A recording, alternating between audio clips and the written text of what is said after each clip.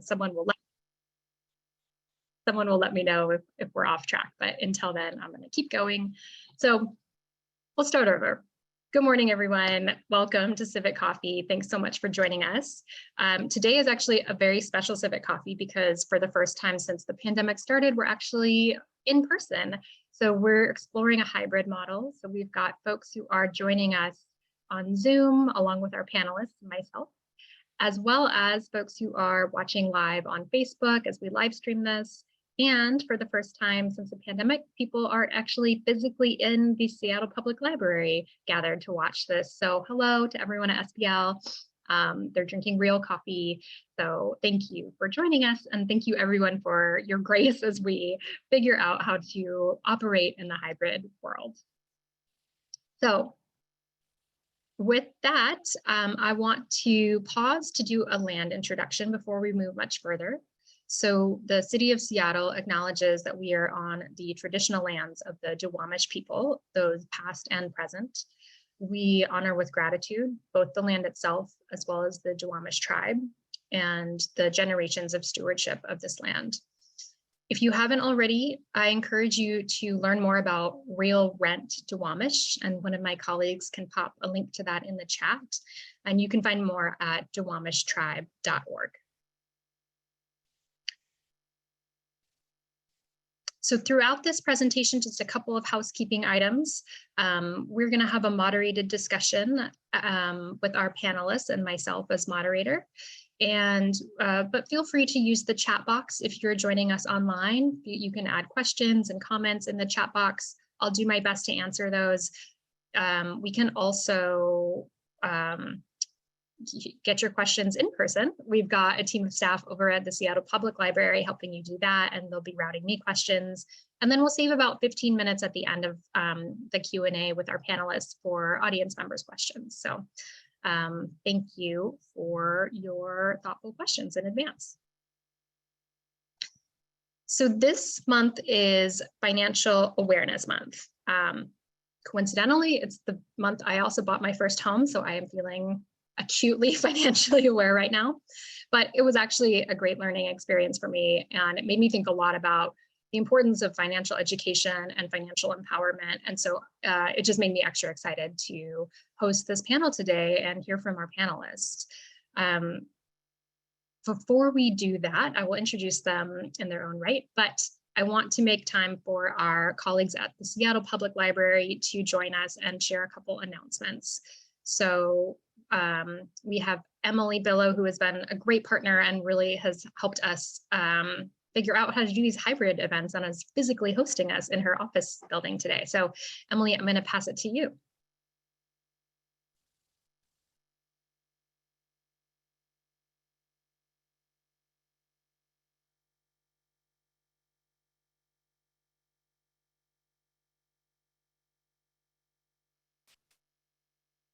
Eldad, I think Emily has raised her hand. She might not be able to see us.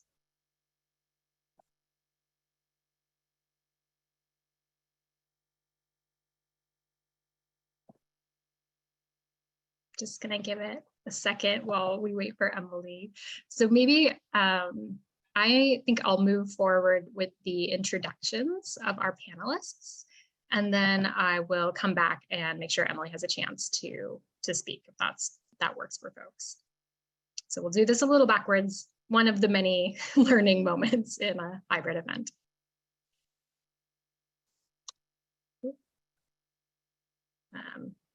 So we have 3 folks joining us today as panelists. So I'm not going to read all the words on this slide, but you have more information at your fingertips if you want to learn more about her. But we are super excited to be welcoming Donna O'Connor, who is the Financial Capability Program Manager and Financial Coach at HopeLink. And so she, in her role, provides both direct financial coaching to vulnerable members of the community, and she also manages the expansion and integration of the financial capability services all throughout the agency. She comes to this role with 30 years of experience, including from the Consumer Financial Protections Bureau, as well as a whole variety of nonprofit and private sector positions. And so we're really lucky to have her expertise today and her passion for helping people navigate the complex world of financial management and finding their own path towards financial well-being. And next we have Paige and Kathy, who are both part of the King County Prosecutor's Office, but certainly deserve introductions in their own right.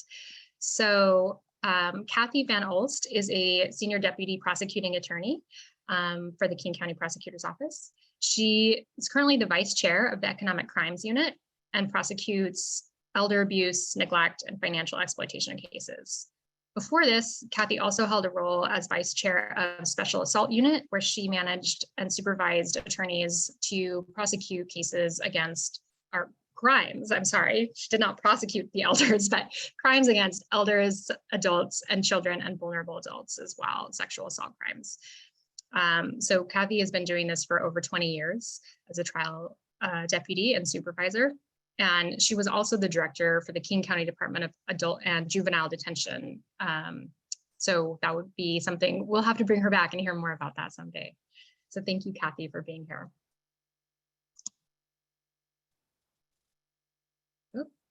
Can advance this. There we go. And last but not least, we have Paige Ulri joining us, and she is also a Senior Deputy Prosecuting Attorney for the King County Prosecutor's Office. She has been doing this work for decades as well, and she has prosecuted cases of neglect, financial exploitation, sexual assault, physical assault, and homicide. She's also trained on, conducted trainings around prosecuting elder abuse all over the country. And she has elevated these issues at national levels, including with the US Senate as well as the White House. So we're lucky to have both of them with us today as well. And I was lucky enough to hear their presentation at the King County AAA Advisory Council meeting a few months ago. And so I know that we are in for a treat. So with that, oh, and we have one more introduction. So Errol, not a panelist today, but very cute. It's very hard to get on his calendar. We're going to hear more about Errol from our panelists, so this is just a little teaser.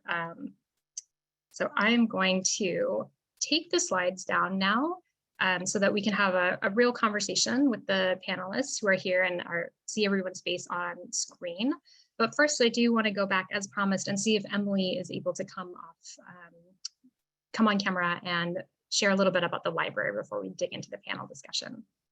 Emily, are you there? I am. Can you hear me? Yes.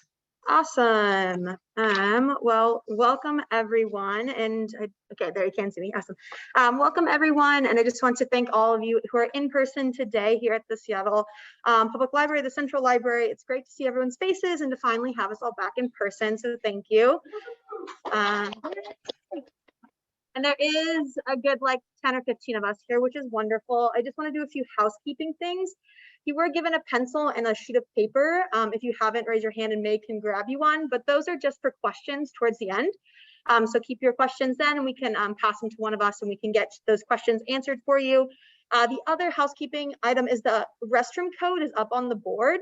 The restrooms, if you leave here and follow to your right, you'll find both the men's and the women's restroom. And just a few updates from us at the Seattle Public Library. We're rehosting our Medicaid Made Clear presentation on September 15th. This workshop will provide an overview for all different parts of Medicare, so Part A, B, C, D, Medicare GAP plans. We'll cover how they work and how they'll cover you. The goal of this meeting is to provide useful information for you to put you in a better position to make more informed choices on your healthcare coverage. The presentation will be on September 15th at 6:30 on Zoom, and then again on October 5th at 5 p.m. on Zoom, and all are welcome to join. We are holding art classes on Mondays and Saturdays every week with Silver Kite. This month include mindfulness, drawing animals, found sculptures, poetry, and a lot more. We have a poster in the back about it, and also you can find more information on spl.org, and you can look at our calendar. An exciting library news, Seattle Reads has officially started. Seattle Reads is a citywide book group where people are encouraged to read and discuss the same book. It's designed to deepen engagement in literature through reading and discussion. This year's book is The House of Broken Angels by Luis Alberto Herrera. You can find this book at branches here at the Central Library. It's going to be a peak pick all month. And you can also find it online through our Libby app and Overdrive apps. If you have any questions about programming, when the next coffee hour will be or anything else, you can always look on spl.org, or you can call 206-386-4636. Thank you. And hello, everyone online. Thanks, Emily. Kind of fun to do this in different places. Not easy, but fun. So with that, I'm going to turn back to our panelists, and I'd like to welcome them onto the Zoom stage with me. So if Donna, Kathy, and Paige want to take themselves off mute and put yourself on camera, great. Welcome. Nice to see all of you again. So before we dig into questions with the panelists, I'm going to do some just really quick level setting on the issues that we're here to talk about. And so I think we all know that economic security is really critical to older adults. It is often the gateway into staying healthy and to getting the healthcare when you need it, to be able to stay in a home and a neighborhood that you might love and feel connected to, and to maintain independence. Unfortunately, a lot of older adults do struggle in their older years. I was just looking at a study, I think from the National Council on Aging and University of Massachusetts, saying that around 80% of folks 60 and above across the country are either struggling on a day-to-day basis or at risk of experiencing financial insecurity as they age. Really, 80%, that really struck me. Feels like almost everyone. So this is a super important topic, and especially in a city like Seattle, where we are all experiencing rising costs of living, and folks who are living on more of a fixed income might be feeling that pinch especially. I think it's an important topic, and I'm grateful that we're able to recognize it today. You'll hear more about this from our panelists, but older adults are especially vulnerable to financial exploitation. And we'll get into all the reasons. I'll let our experts talk a little bit about that, but just to throw some numbers at you, around 5 million folks every year, older Americans, are experiencing some kind of financial abuse. And this accounts to $36 billion in an annual loss from victims. That's a huge sum of money. And especially when we think about 80% of folks are already struggling day to day. Almost 60% of elder abuse cases and neglect cases are perpetrated by a family member. And so this is a really complex, often sensitive issue, and can feel very private to folks, but I think it's important to shed some light on it and acknowledge that a lot of people are experiencing this. And then last but not least, because it is private and because people might feel a lot of shame around these issues, doesn't get reported very often. And so the statistic I was given was about 1 in 24 cases are reported to authorities, which is really small. So who knows how much loss is really being experienced out there. And so again, grateful to folks like Donna who help people understand their financial well-being and protect themselves, and folks like Kathy and Paige who are able to prosecute the cases that we know about and make sure that justice is achieved. So with that, I'm going to turn it over to our panelists, and I'm going to kick us off. I'm going to let Donna kick us off with the first question, which is just, can you walk us through some of the typical financial issues that an older adult might face as they age?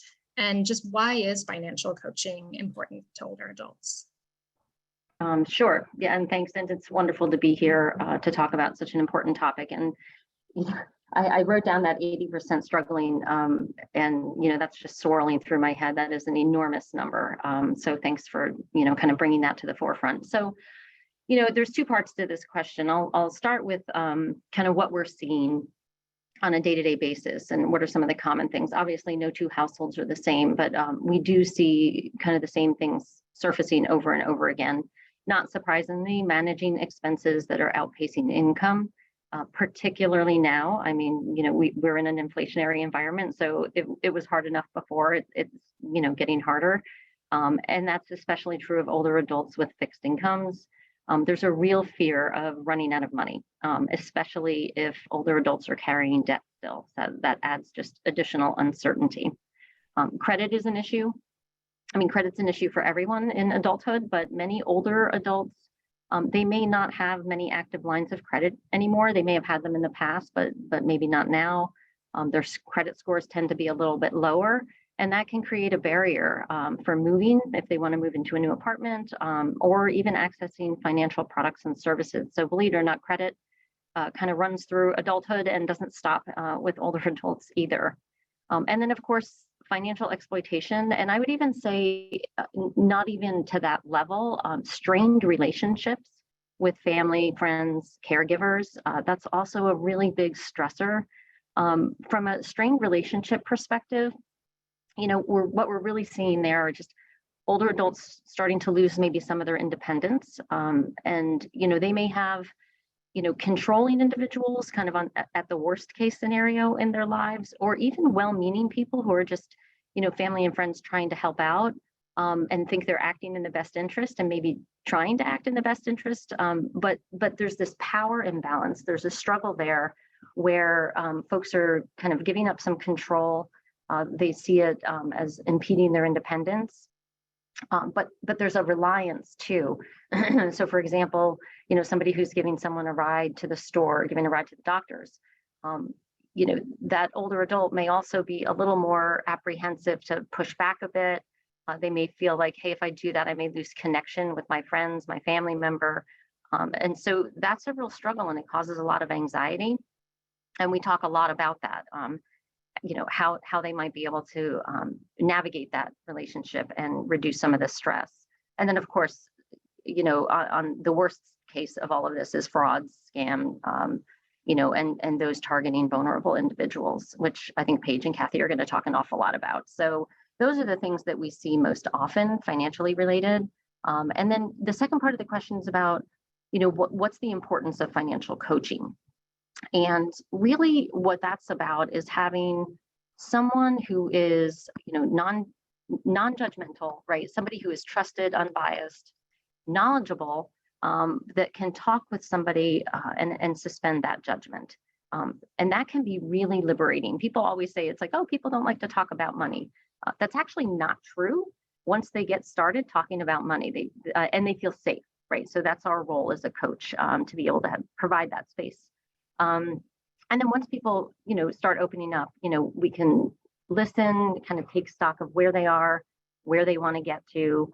And like I said, sometimes, before, if they're in a strained relationship, we also coach and guide around how to have conversations with loved ones, caregivers, trusted adults in their life as they start thinking about, well, maybe it's time to have someone else involved, or at least a second person.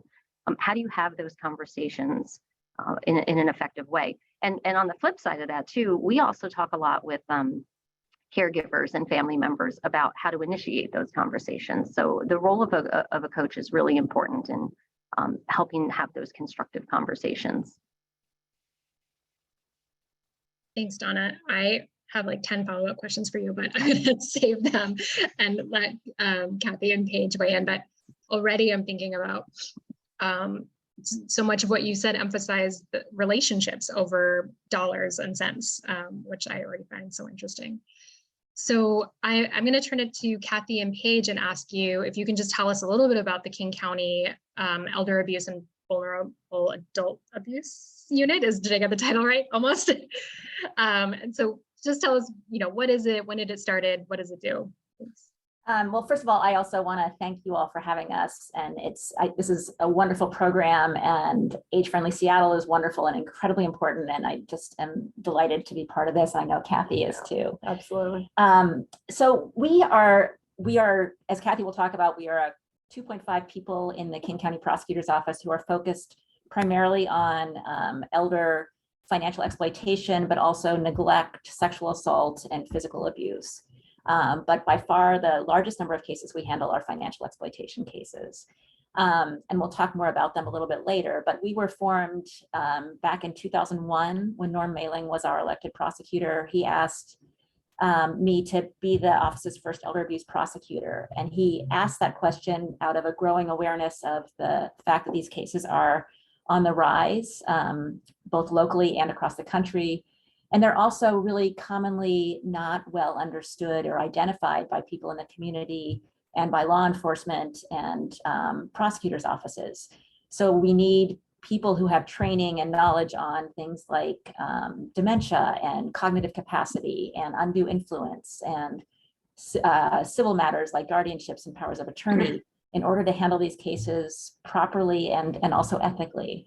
So he asked me to do this work, and what he asked me to do was threefold. One was to train law enforcement and other first responders on how to recognize these cases and how to investigate them. And the other thing was to work with the community on bringing together a more coordinated response to elder abuse across agencies in King County. And then the third thing was to prosecute these cases. So that's what I've been doing for the most part for the past, 20 years. And I'll let Kathy talk about how the unit has grown. So the unit itself has been housed in a number of different places in our office. And I think what we've landed on being in the economic crimes unit simply because it's a recognition that so many of the cases that we touch have aspects of financial exploitation in them when we deal with elder abuse. And so while the case may come to us because it's a neglect case or someone is worried about the physical well-being of an adult, what we often find is that there are aspects of economic crime as well that are going on. And so Paige and I handle the cases now. We're in the economic crimes unit, and so we both handle cases involving elder financial exploitation.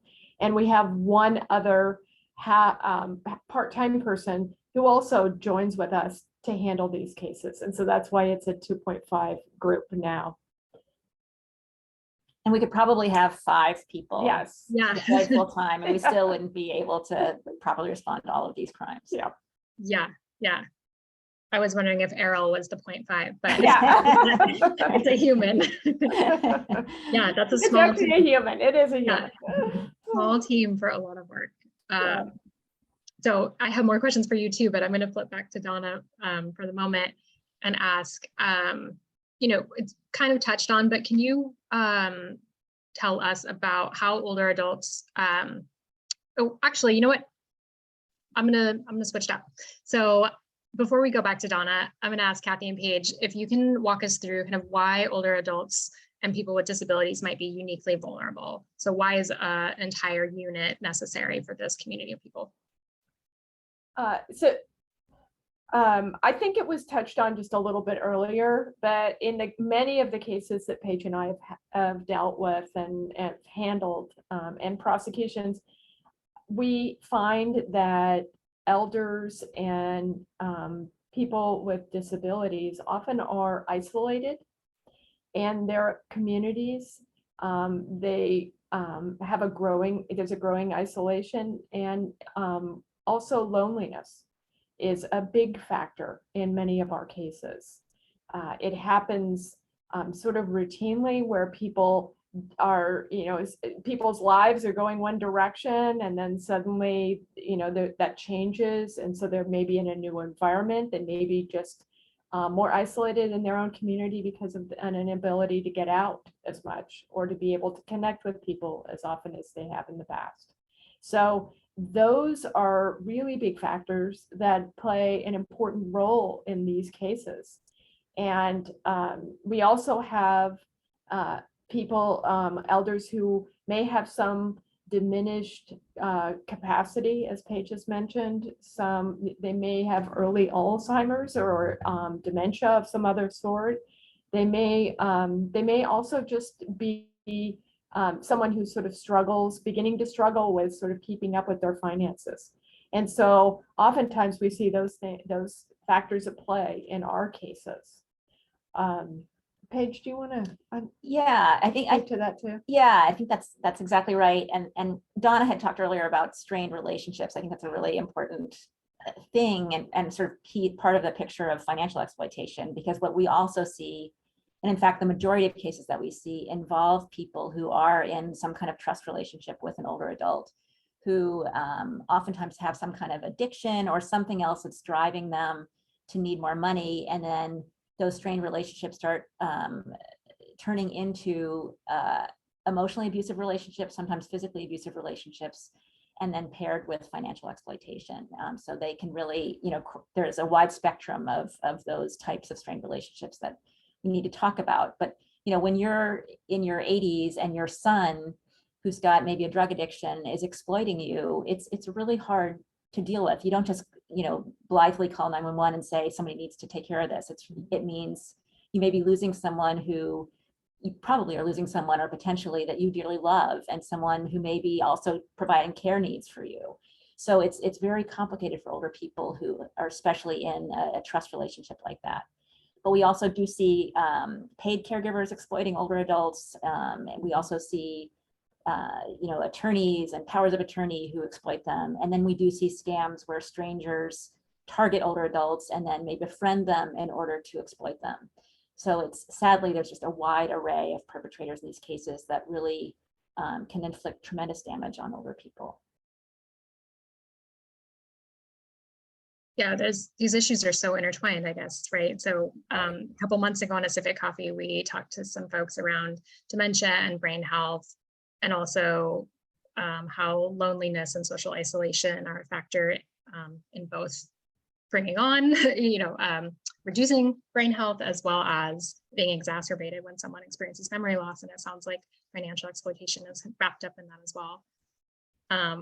I think that's right. The one thing I would add, though, is that as Paige and I see, we handle elder abuse cases, but what we find is the studies are showing that the targeting, especially for scams and things like that, it crosses all age groups. All ages can fall victim to the perpetration of a scam.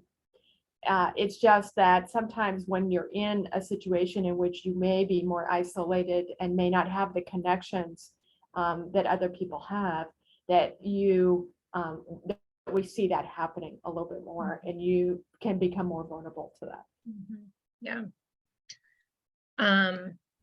So Donna, you mentioned this or when you opened or maybe with something we talked about prior, but some people can be fearful, and you reminded us that people actually do like to talk about money as long as they feel like they're in a safe environment.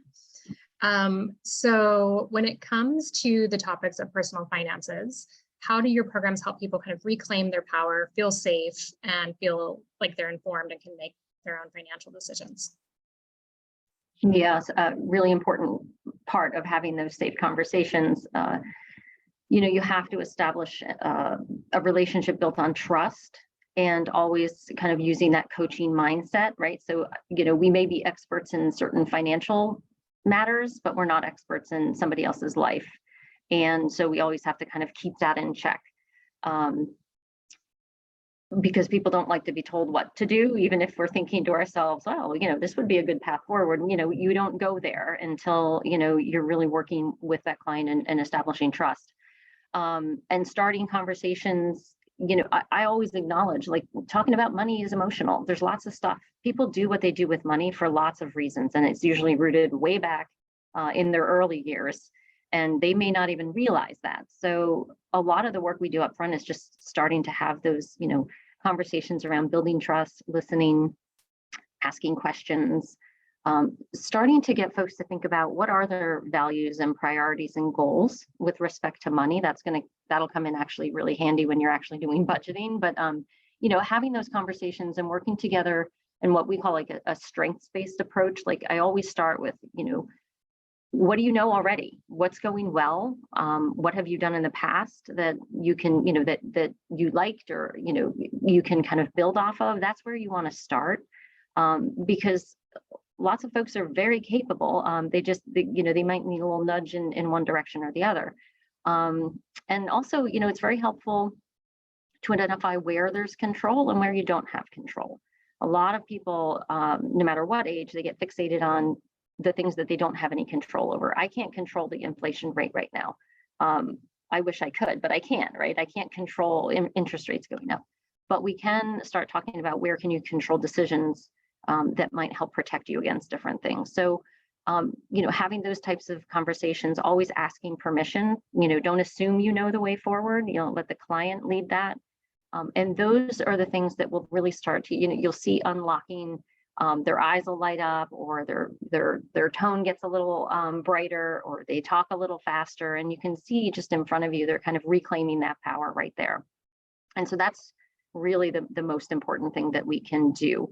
And I will say, because I know we have some caregivers and we have family members on, and I said this earlier, you can also play a really important role, as long as it's a healthy, obviously, relationship. I'm not talking about the things that we were talking about earlier, where you have somebody who's exploiting or, controlling someone, but, you can have those healthy conversations too, using coaching conversations. And we have a lot of resources. I provided some resources that I think will probably get sent out, but the Consumer Financial Protection Bureau, the CFPB, has just amazing resources about how do you start a conversation? How do you talk with someone about planning ahead, so that when and if it comes to diminished capacity, for example, you've already had those conversations with your trusted adult or your family member. So it's not awkward, and it also can be really helpful to identify kind of what Paige and Kathy were talking about, when there might be others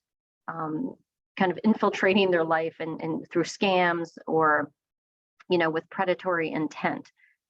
Because if you're having those conversations before it happens, you are much more likely then to find out about it, because someone's going to trust you to talk about, saying, hey, my neighbor has been coming over and they've been doing this, that will send up some red flags. And I know Paige and Kathy are going to talk about that, of like, how do you identify, when something's happening and what to do about it.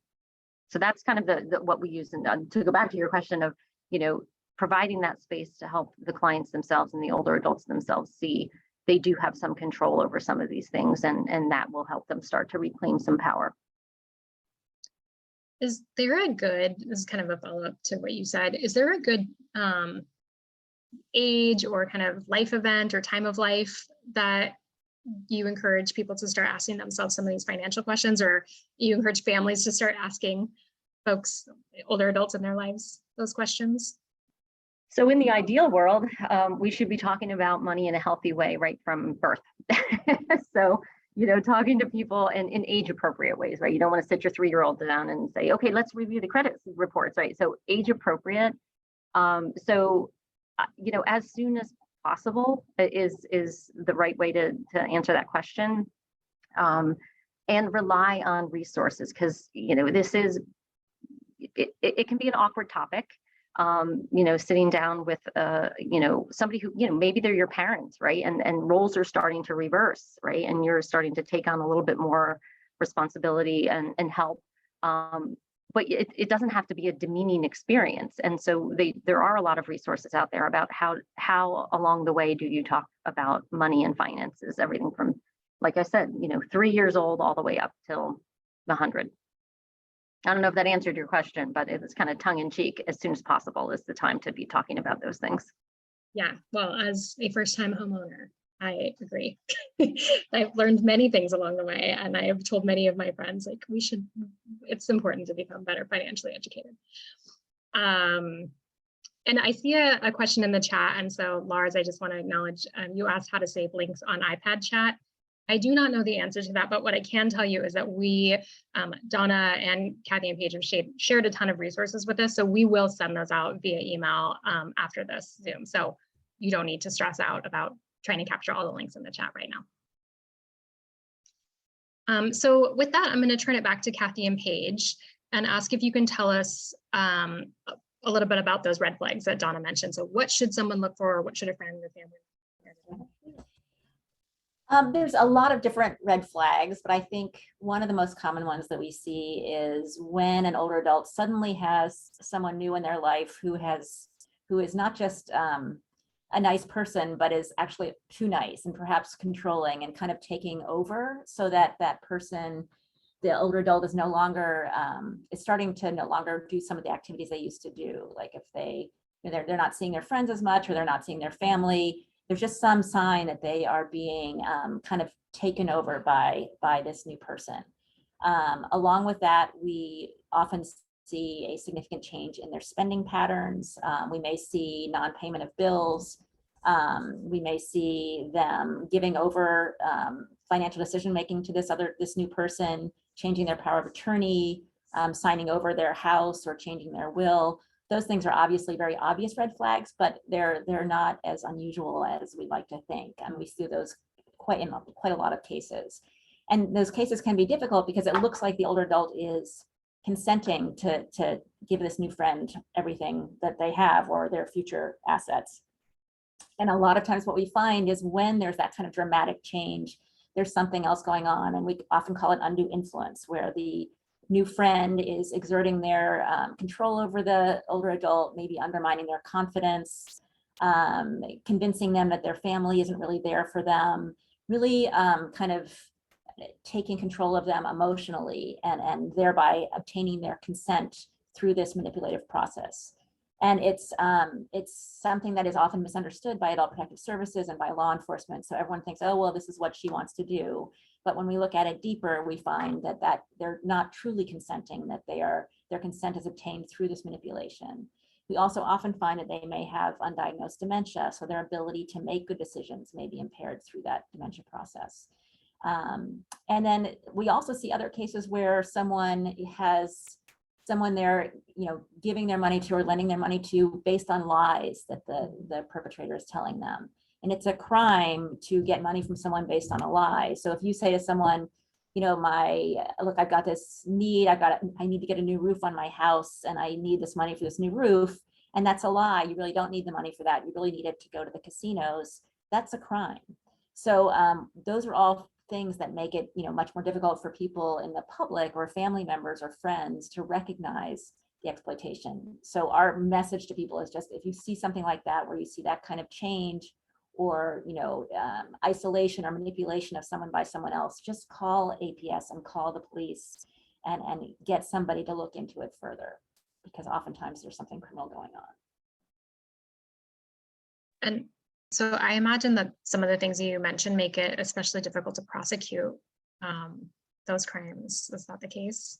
Yeah, I think sometimes it is really difficult to prosecute, but what is really important is that when somebody is suspicious about what's going on, especially when it could be a really difficult situation to be a family member. And yet other family are kind of beginning to wonder about what's going on and why is there such a change in spending or behavior. Those things are really important there are many different dimensions to that problem. And, just reaching out and getting help, reporting it could provide new services for that elder and provide the vehicle to make a change and to realize what's happening. And then, we're going to talk about this a little bit later, but when you have law enforcement who are detectives who are specialized in elder abuse, it makes a world of difference in our ability to prosecute and try and seek justice for what has happened. So, and I would just add to that we also all have the right to make unpopular decisions, and we have the right to give our money to someone that our family may not approve of. And so that's why these cases can be so difficult for us, is really making sure we're being incredibly ethical and cautious when we do file charges against someone. So looking at their cognitive capacity, looking at their relationship to this person and making sure they're not being lied to. As long as they're making this decision with full knowledge and capacity and without undue influence, they have the right to make decisions that their family may not like. So that's the sort of other thing we have to keep in mind. Yeah, that's tough. And of course, it seems like such a murky area that Donna mentioned earlier, someone feels slightly dependent on someone for their rides to the doctor. Like, how do those dynamics influence decisions? And it seems very hard to tease that out. So it is. Yeah. So another question that I've been really excited to ask you is about Errol the dog. So I read that there has been a history of using service animals when you have some of these more difficult conversations with older adults and family members. So I would love to hear a little bit more about that. Well, our office got Ellie back in, I think, 2005, and she was the first dog to be formally placed in a prosecutor's office to work with victims. And she lived with me, which was incredibly lucky for me. She was this extraordinary yellow lab who was very self-confident and used to lay in the hallway at the office on her back, so everyone had to stop and pet her as they walked by. But she worked primarily with children, and helped them go through interviews about child abuse and just sort of help make the process of participating in a criminal case less terrifying for kids. And now Errol replaced her after she died about 5 years ago. And he is working actually in our elder abuse unit, so occasionally on elder abuse cases, but also with families of homicide victims. And so he will sit with them when they have to be interviewed or when they have a hearing or trial, and just also make the process less, just less scary and less intimidating for them.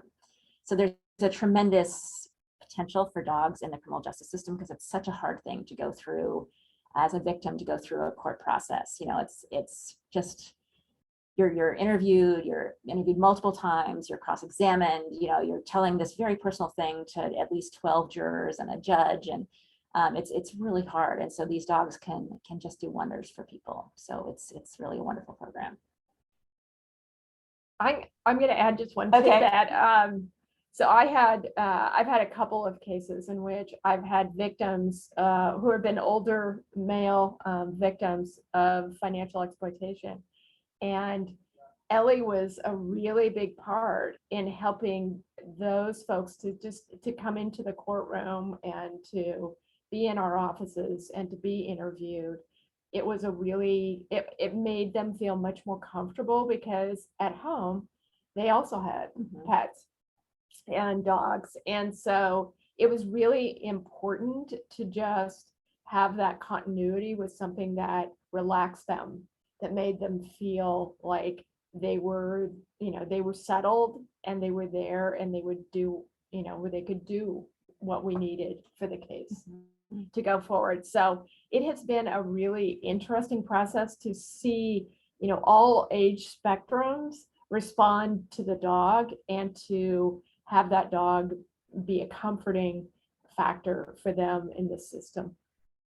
And our office has been going, it's been a really rough couple of years for everybody, but also for our office because we're just drowning in cases and people are also isolated here and just, dealing with a lot of violent crime and feeling very overburdened, and just having Errol around just lifts people's spirits. So he does wonders He helps us. for us, and just walking through the courthouse, people just see him and light up, and it's just a wonderful way to sort of cheer people up in hard times. So is this a unique thing in King County, or I'm familiar with dogs in healthcare, but Yeah. curious. It was unique in prosecutors' offices back when Ellie first started in 2005, but now it's become much more common. There's an organization called Courthouse Dogs that is really working hard to spread the message about how wonderful these dogs are. And so I think now Ellie was the first courthouse dog in the country, and then Errol, who we got several years ago, was the 100th dog to work in a courthouse in the country. So it's starting to become more and more recognized and popular. Well, as you might have guessed, I'm a dog person. So, but also I think, it's such a reminder about how challenging, how emotionally challenging experiencing the court process can be for somebody. So whether you're a child or an adult. So Absolutely. Thank goodness for Ellie and Errol. So Donna, I'm going to pass it back to you now and ask you to just kind of walk us through what are some of the important steps that people could take now. So whatever phase of life we might be in, you mentioned we should be talking about this since birth. So what are some of the things folks should be doing now to put ourselves on a path to be financially secure in later years? Or if we're in our later years, what can we do? Yeah, that's always a tough one. I think you have to start with, what does being secure or security and well-being look for you, right? So everybody has a different definition of what that means. And so that's really the first step, right? So define, what does that mean to be secure, and how will you know when you get there? And then you have to, like I said before, spend some time up front exploring, kind of what's your relationship with money, and identifying what are your values and priorities, what are your financial goals, right? And not just about what's your goal, but what's important about that goal to you, right? Because that's going to get to the motivator, and it's going to help with decision making later on. And it's just really important to kind of dive into that. And a lot of people don't do that, right? There's a lot of shoulds out there. You should have this much saved. You should be able to do this. You should have a house when you're, but that's not necessarily the right course for everyone. So just kind of, being true to yourself and figuring out, where do I want to go, right? What does that look like for me?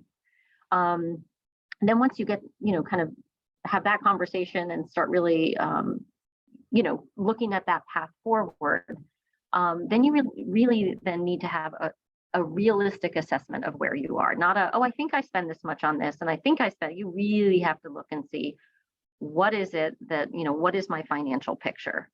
And that can be very, very scary, especially for folks who are, living right kind of on that edge of like are barely making ends meet, right? That can be a very, very scary thing. And I try to, when working with clients, I try to take a very simple approach, even though it's not a simple thing to do, is just like, you have to look at money or resources coming into the household, and money and resource, what's going out. So what's coming in, what's going out, right? And the object of that game is to have more money coming in, or at the very least, enough money coming in to cover the things that are going out. And if that's not happening, once you do your realistic look, there's really only three things you can do. You either increase what's coming in, you decrease what's going out, or some combination of those two things. And I'm not trying to be cheeky. Like everyone's like, yeah, of course, right? But we start with that framework. And then once you're able to do that and you have a realistic view of what's happening financially, then you're able to kind of go back to what I said earlier about all of that work about identifying what are your priorities and values and goals. Because once you have that picture, then you can just ask yourself and look at that information and say, okay, is this going to help me move toward my financial security? Is that the path that I want to be on? And note, it's defined by you earlier, right? It's not Donna saying, oh, you need to have this much money. Say, yeah, say it's, it's how did you define security and well-being for yourself? And are you on that path? And if you're not on that path, then what are some of the things that you can do to get on that path or make some changes? And that's where a financial coach or a trusted person who can have those types of conversations with an individual, that's where that can be really, really helpful. Brainstorming around, okay, well, what are some ways I could maybe bring in more income, or what are some resources that I'm not aware of, or what are some things that as I look at my expenses that they themselves would want to cut back on, right? That would still meet their criteria of living their values, living their priorities. And it's also very empowering because they're the ones, again, making those decisions about where they're spending their money. So that's kind of I know it sounds basic, but it kind of is basic in the framework. The hard part comes in of how to go about doing that. And I will also say, when someone is more secure with having those, not even having those conversations, when that work's been done, and somebody knows like kind of what direction they want to be heading in, some of those kind of bad actors that start infiltrating and coming in and saying, oh, well, why don't, can you loan me this for, something, right? Or if they're lying, right?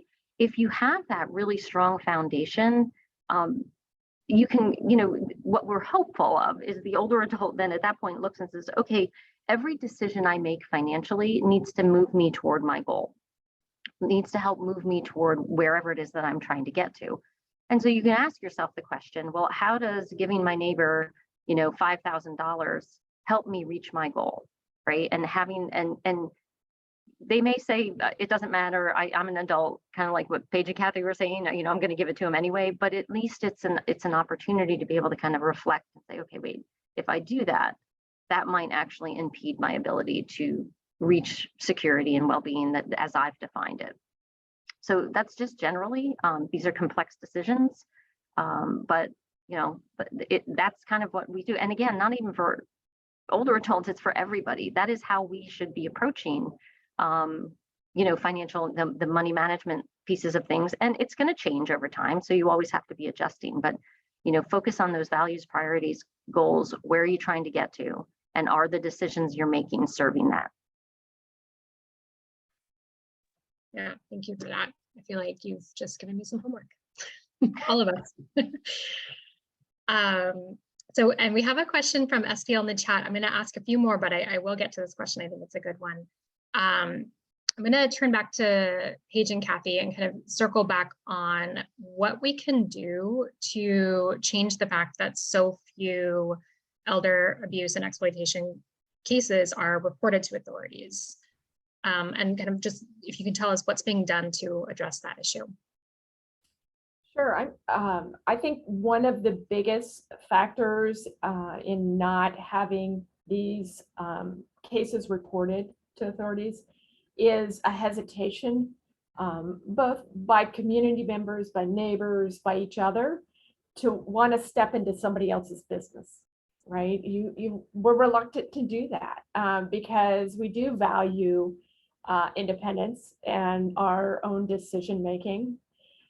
But I think having a better understanding about just reaching out to when you're reporting an issue or a potential issue, it's really just to provide notice so that the right people can investigate what's really going on. And it may very well be that nothing is going on and every other decision making is fine. It may not be something that you like, but it may be okay. But it is important to recognize that reporting just means that somebody else is going to have eyes on that situation. And somebody who may be, for instance, reporting it to Adult Protective Services. Adult Protective Services is not a prosecuting authority. We are. They are there to really look, investigate what's going on, and to offer services to the older adult. They may need to take steps to intervene if in the right kinds of cases, but the large part of their work is really trying to address issues that the community sees and that people call in to make sure that the elder is in a protected environment and continues to be that way. So one of the biggest things is sort of dropping the stigma about reaching out and reporting would be one aspect of the issues.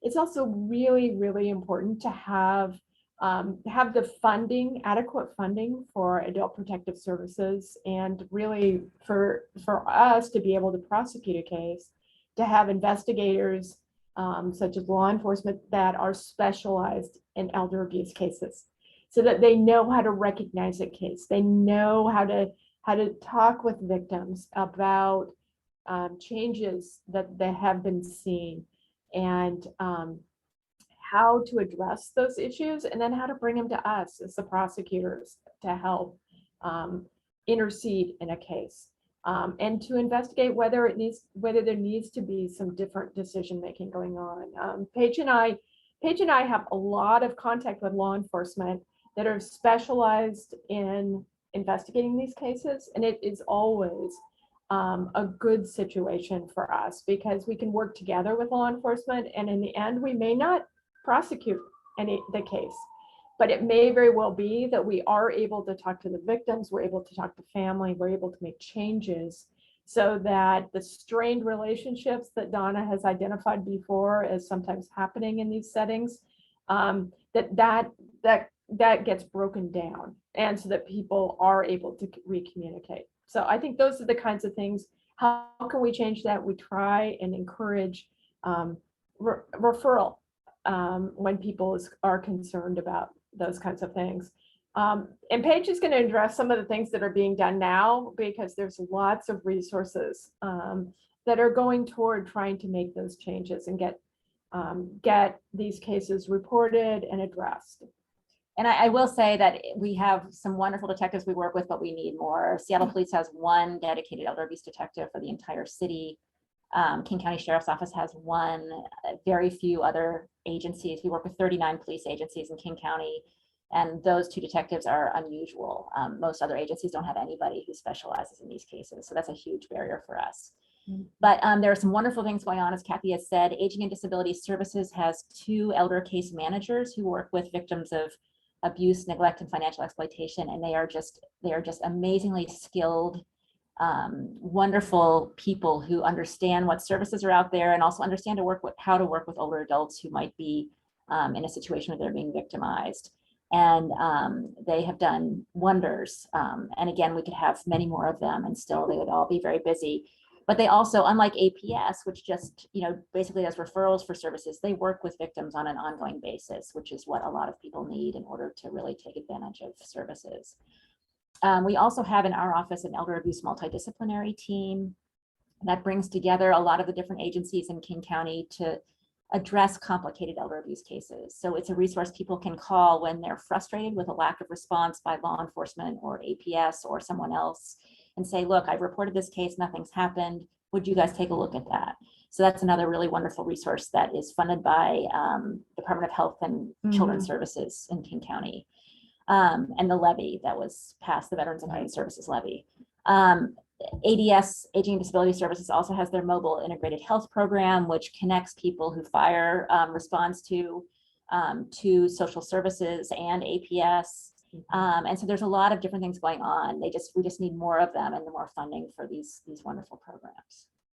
And I'm going to add one more thing. Outreach is really, really important. And as we have found, Paige and I have been training in the area of elder abuse and elder financial exploitation for years. And it is always, we go out to medical personnel. So we talk to doctors, nurses, social workers. We go to financial institutions, banks, and talk about what is elder abuse and what are some red flags, same kinds of things we're doing today. And we do it with other law enforcement agencies, all of the 39 police jurisdictions Paige and I have trained with. And we always do this when we're in conjunction with our partners. So Aging and Disability Services, Adult Protective Services, there are always folks that we try to go together to emphasize how complex these cases can be, but how we can break through those barriers to try and make it a better situation for our elders if needed. So kind of a follow-up to that, where should someone go if they suspect? So if we take your advice and we drop our stigma and our hang-ups around meddling in other people's affairs and we suspect something, who should we call? We would suggest calling Adult Protective Services and law enforcement. You can call a non-emergency line or make a report online with some police agencies. And you can also ask law enforcement to check in on a situation, even if you're not sure if a crime has occurred.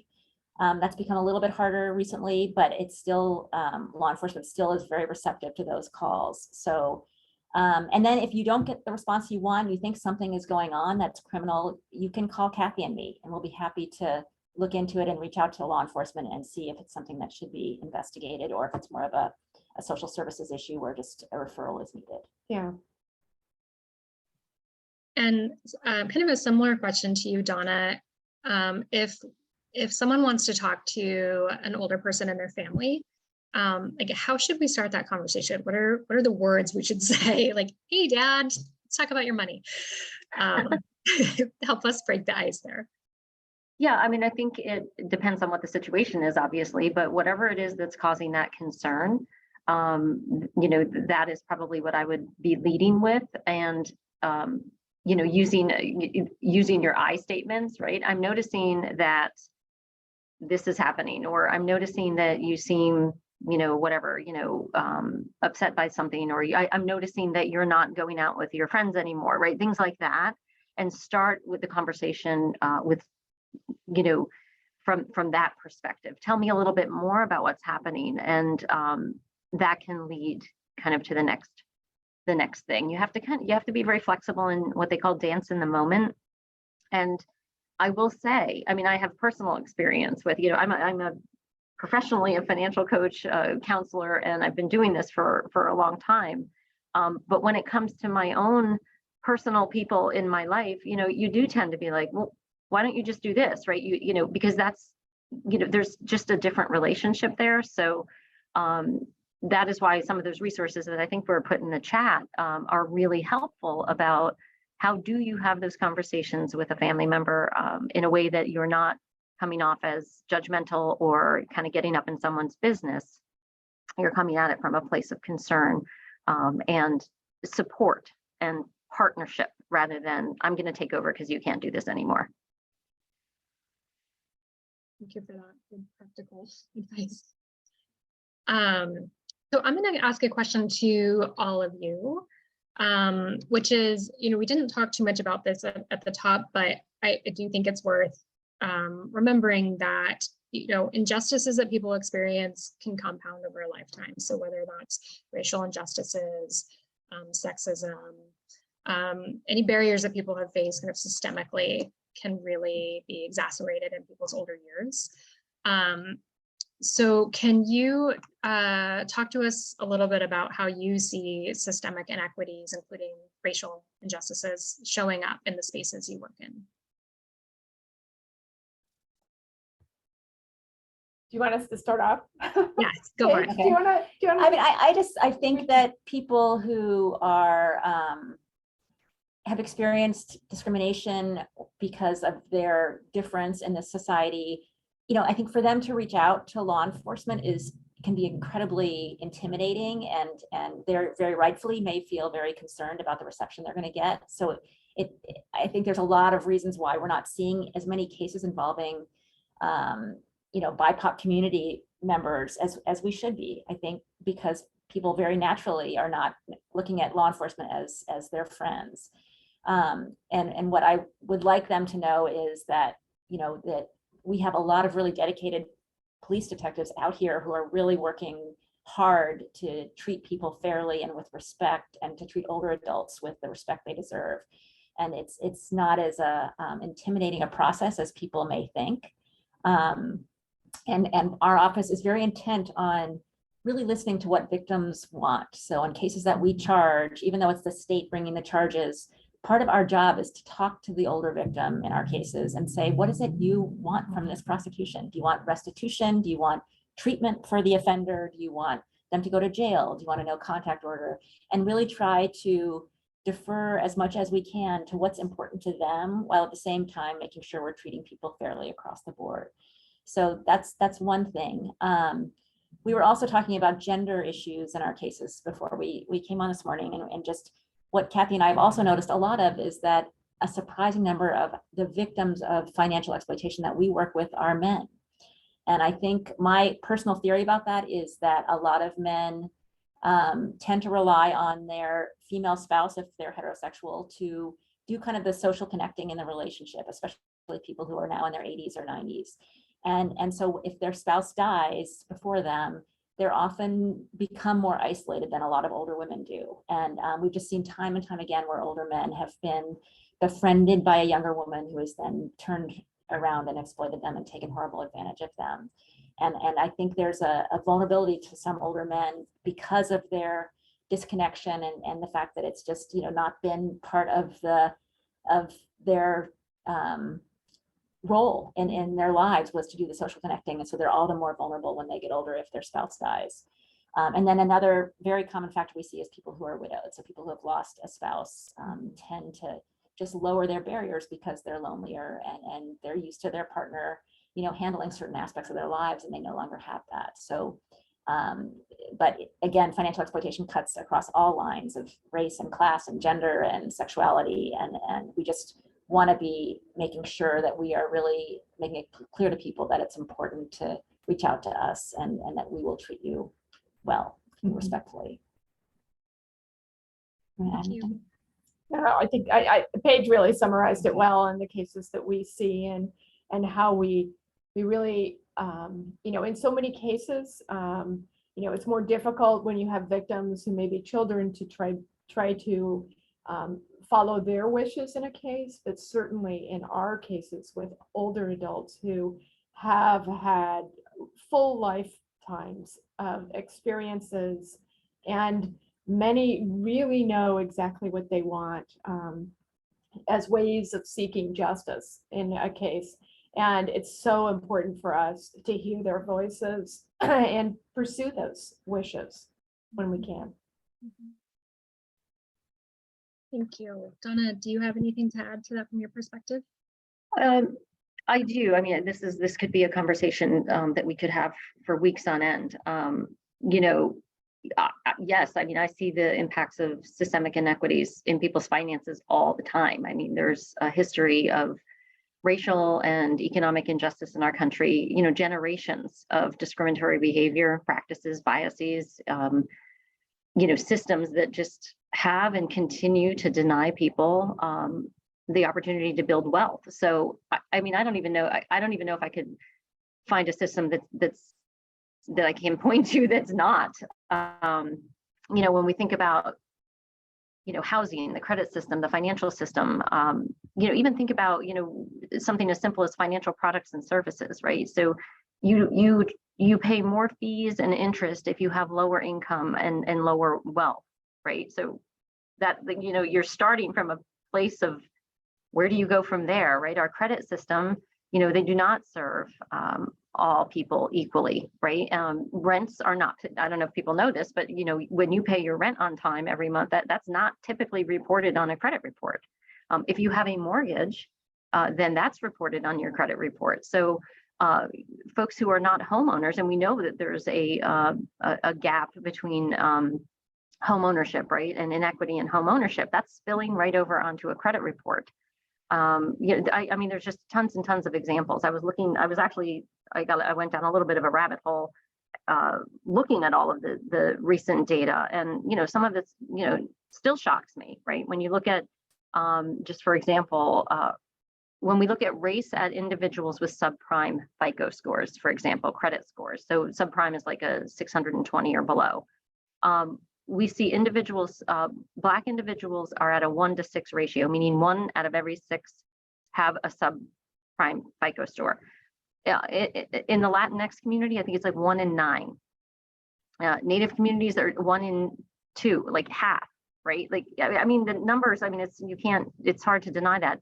And then when you look at individuals who are white, it's 1 in 19, right? And so there's all sorts of biases and you know, so many inequities in the credit system. And we know that equates to thousands of dollars over the lifetime of people paying more to access financial products and services if they can even access them. So sure, I mean, it is everywhere. And part of our job is to, you know, yes, we know that, we advocate for change. And also, I hate to say, you know, we have to navigate that system and say, okay, here's what we're facing. How do we navigate that? How do we look for alternatives that aren't predatory, that can help, you know, access financial products and services, so we can kind of get folks building wealth. So yeah, it's. I mean, I hate to say it like that, but it's just, there are inequities in so many financial systems. Yeah, that it's pretty sobering to hear those numbers. I know that at the city of Seattle, there's some conversations around building intergenerational wealth, with a real recognition that it doesn't look the same across every race, and being older and owning a home and being able to pass that on is a big piece of that too. So thanks for raising those points. I think I'm going to turn to a question that we received from someone in the audience at SPL, which is a question for everybody, and it is, how has the pandemic changed situations that you see, if at all? So maybe Paige and Kathy, you can kick us off. I mean, I think what we've seen is that adult protective services hasn't been going out to the homes of older adults to investigate. So I think a lot of abuse and exploitation has been occurring and without a proper response.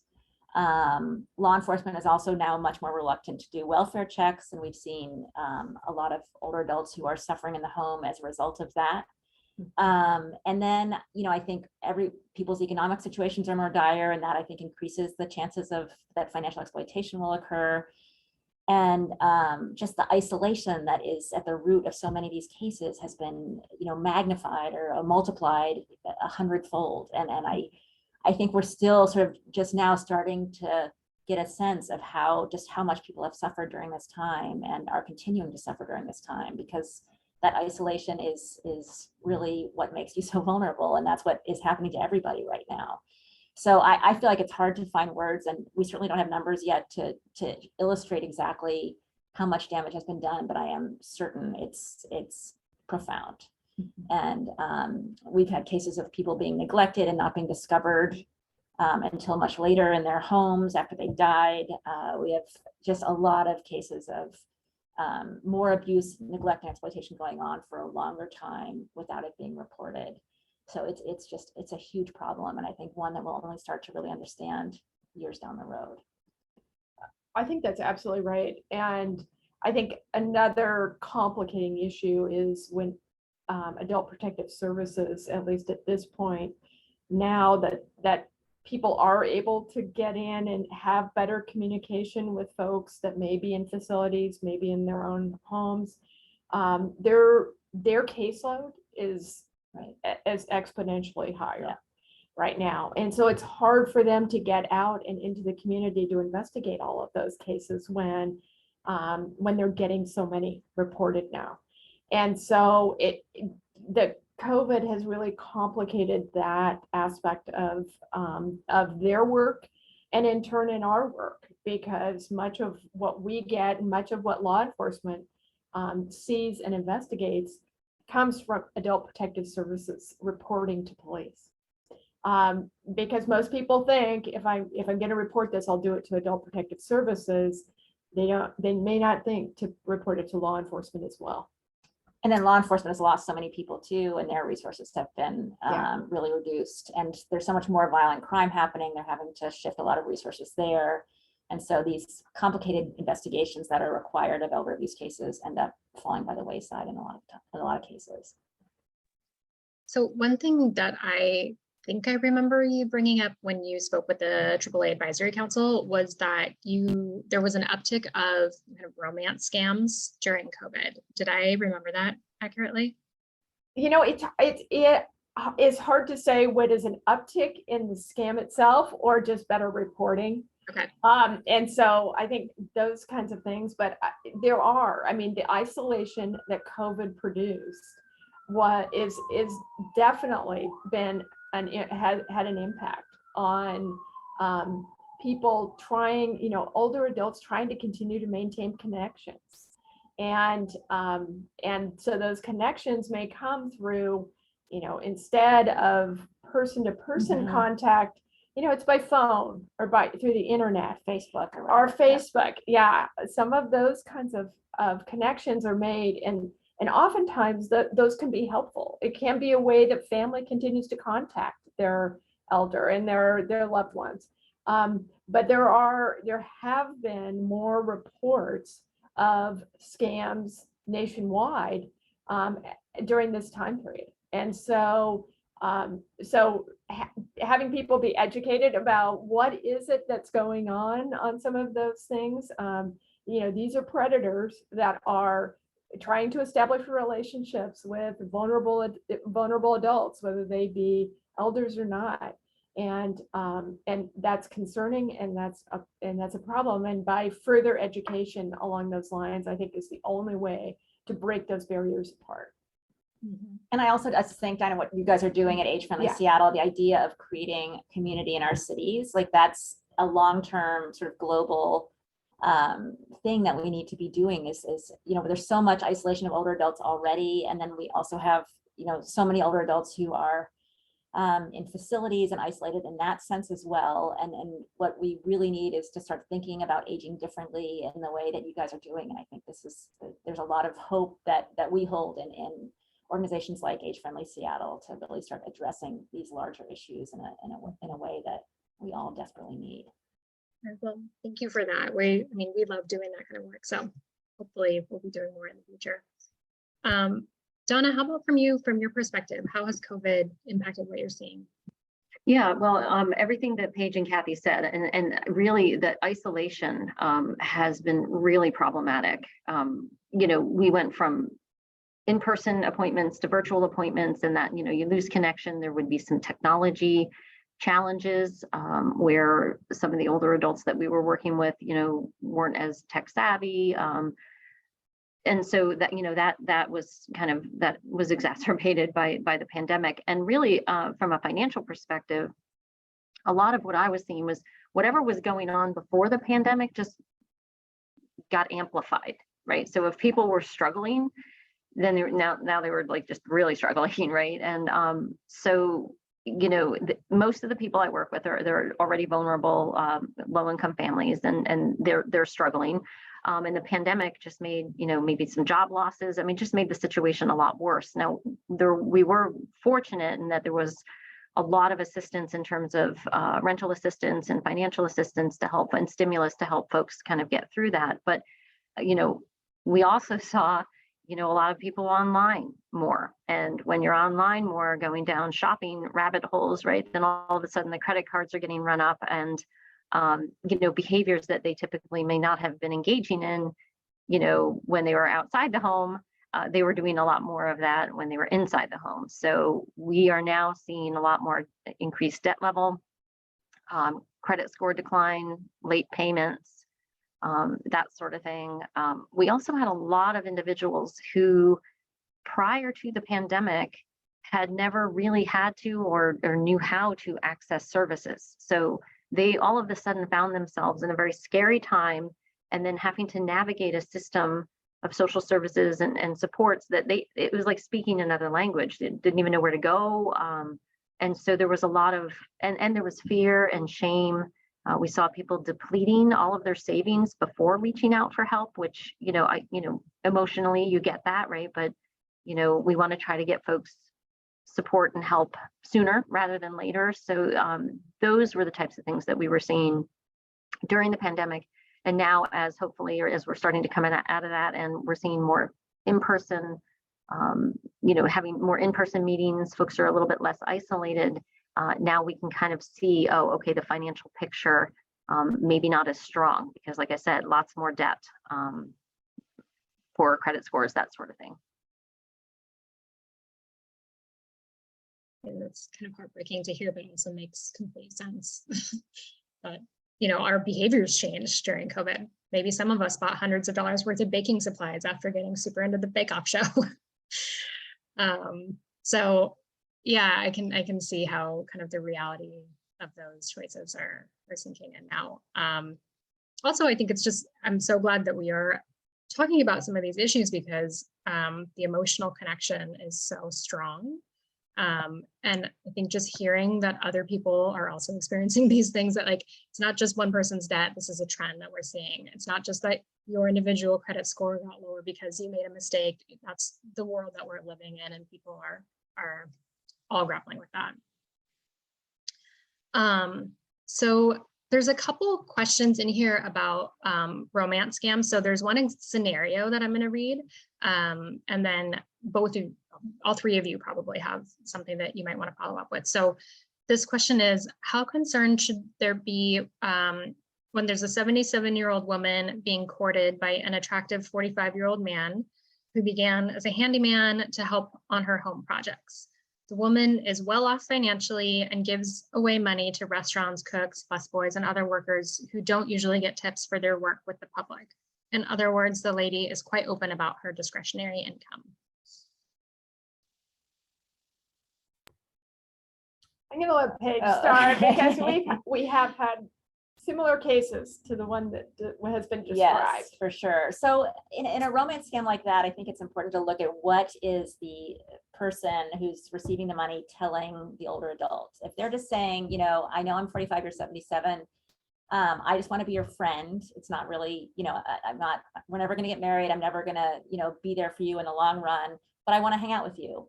And, perhaps the older woman has a little crush on him, and she decides to give him money, and she has capacity. She can certainly do that. But what we see in the cases we end up prosecuting are where a younger person, whether it's a man or a woman, is pursuing an older adult and promising them marriage and saying, your kids don't really love you. I'm the one who's going to take care of you. I'm the one who's going to make sure you don't end up in a nursing home. Your kids just are out there to get your money. And they start talking, like we talked about earlier, the red flags, they start implementing those. So they're sort of turning the older person away from the people they normally trust and towards the perpetrator, so that they become isolated and dependent emotionally on the perpetrator. And then the perpetrator starts saying, look, I'll be there for you, but I've just got this big financial issue. I need you to help me with that. And so they start giving them money based on this manipulation, and usually based on lies the perpetrator is telling them. So that is incredibly common type of case, and that is hugely concerning. And it can often be very difficult to intervene because the older adult may be very convinced that this person is actually going to be the answer to their problems and to their loneliness, and really doesn't want to admit that they've been scammed, because there's so much shame about being scammed that older people, anyone feels. So that's a very, I think that kind of age difference is concerning, and you want to look at the surrounding circumstances and see, you know, what's happening in other spheres of this person's life and what is the perpetrator telling them, and really try to be talking to the older adult and getting them to talk to you about what's really happening. And then from that additional information, you can, and also from looking at their financial records, if they're willing to let you do that, you can sort of see what's been happening, both with regard to their money and with regard to what the perpetrator or the other person is doing with them. And 9 times out of 10 in a case like that, even though I'm terribly cynical, I would say it's probably a bad thing. Usually you don't see a romance between someone with that kind of age difference. That's a healthy one, and that's based on equal power dynamics. So I think it's good to be worried about it. And Kathy and I will give you our contact information. We're very happy to talk this through with anybody who's concerned about somebody in this kind of situation.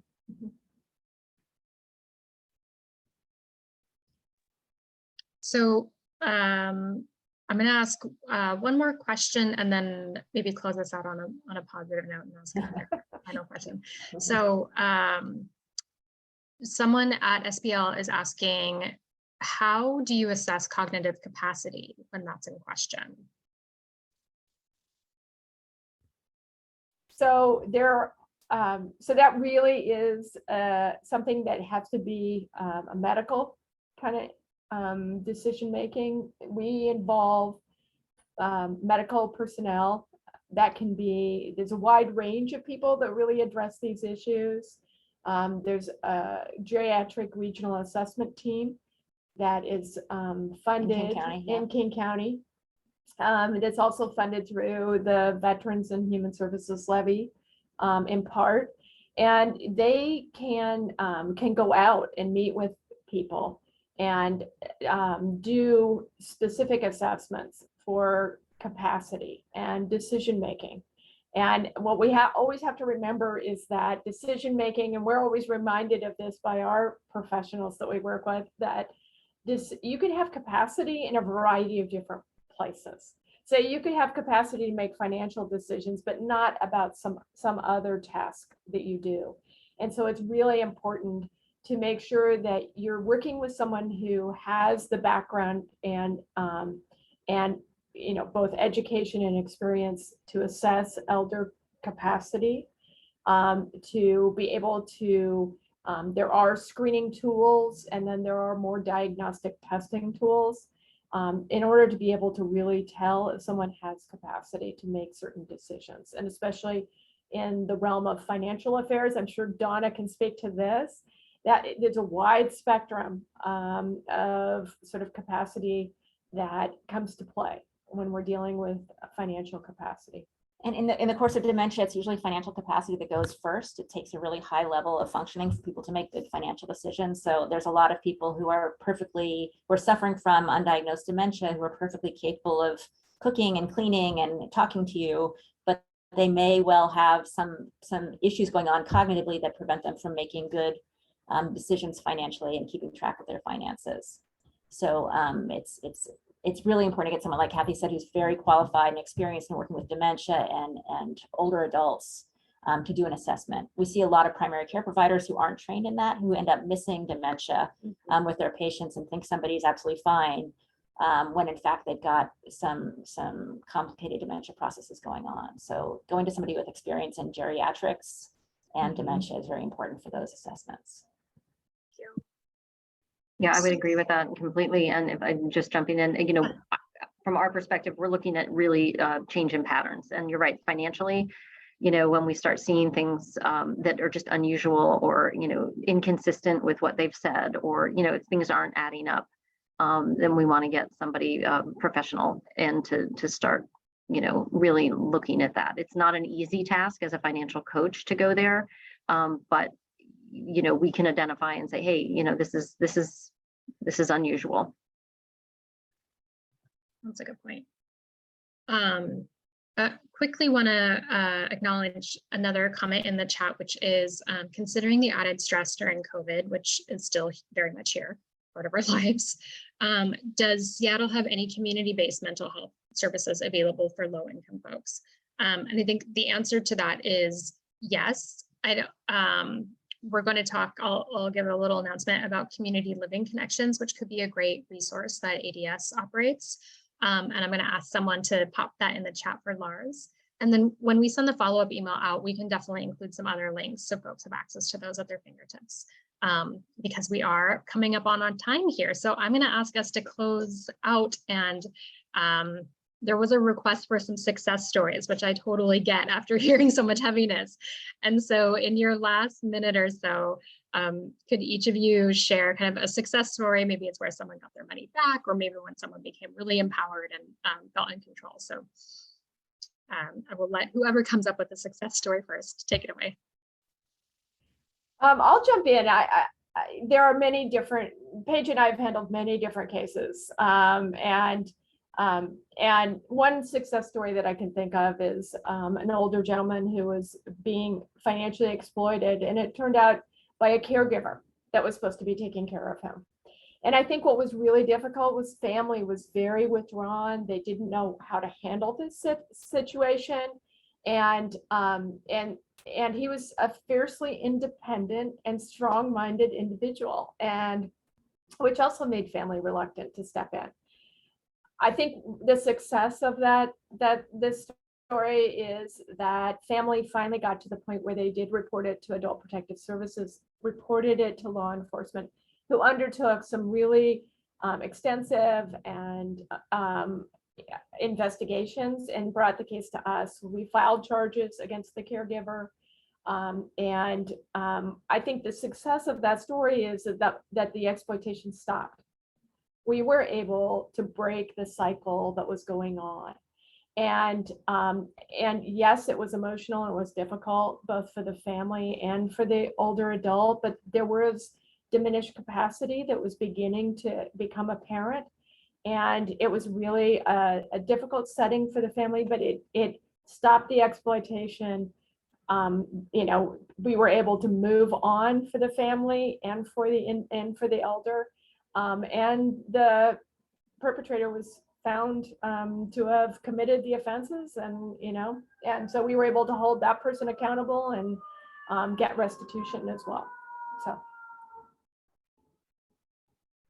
I'll share one really, really quickly because I know we're out of time, and it's top of mind for me because I just spoke with her earlier this month, and it was a older woman who had been in an abusive relationship for a marriage for decades, and I've been working with her. It's coming up on a year now, and she's getting ready to exit. And when I first started working with her, she was just filled with fear. She couldn't open her bank statements. She didn't want to know how much. She was just paralyzed with fear. And taking her time, coaching through the steps. She is now in a place where she does all of her banking online. She's checking her account all the time. She opened up a credit card so she can start building credit so she can rent an apartment. And she's just gone through so much, and she's just done an amazing job of navigating and managing her fears. And I wrote it down because it still brings me to tears. She told me just earlier this month when we were talking, she's like, I finally feel like I can live instead of survive. And that was just one of those moments of like, that was just a beautiful thing. And she did all that hard work. And yeah, it's a very motivating story. And I love thinking about it. That, I think, I can't imagine a better note to go out on. So thank you for that, Donna. That's really an inspiring story. And we are it's 12:02, and I'm not sure if we have any more announcements. If Seattle City Light is with us, I'll let Eldad control that. Christiane is. But I did want to just say huge thank you to all three of you. I learned a ton. It was great getting to hear your expertise, and thank you for the work you do. It's so important, as was underscored time and time again today. So I'm going to hand it over to Christiane to kind of close us out, but just big round of applause virtually and in the audience And one more announcement on my end, which is we've got another event tomorrow that we helped put together with our friends at ADS, at AARP, and at the Washington Association of Area Agencies on Aging. And we're going to be talking with Congresswoman Susan Dilbene about healthcare access and what the federal government is doing for older adults. So please join us. I'll have someone pop that link in the chat. And with that, thank you to our panelists, and Christiane, I'll hand it over to you. Thank you so much. I have some slides. I don't know if those will be pulled up. I will do my best. Okay, thank you. Well, good day. I'm from Seattle City Light, and I just wanted to talk to you all about a campaign that Seattle City Light and Seattle Public Utilities launched to connect customers with assistance so they can get caught up in their past due balances. And just an FYI, the City of Seattle moratorium on utility shutoffs expired on April 15th of this year. And while both Seattle City Light and Seattle Public Utilities have a legal requirement to collect payment, our goal with both of these departments, Seattle City Light and Seattle Public Utilities, is to help our customers who are struggling to pay their bills, get them signed up on some programs that we have available. And there are flexible payment plan options for all of our customers, and that includes residential and business customers, as well as bill assistance is available for income eligible residential customers. And if you can't pull up the slides, it's completely okay. I can just pop in my information of our contact information and website for the campaign in the chat. And yeah, thank you all for your time. And yeah, and oh, one more thing, since we're talking about scams earlier, you might be receiving calls from folks asking you to pay. Both Seattle City Light and Seattle Public Utilities would never call you to ask for payment for your bills. You will get a correspondence.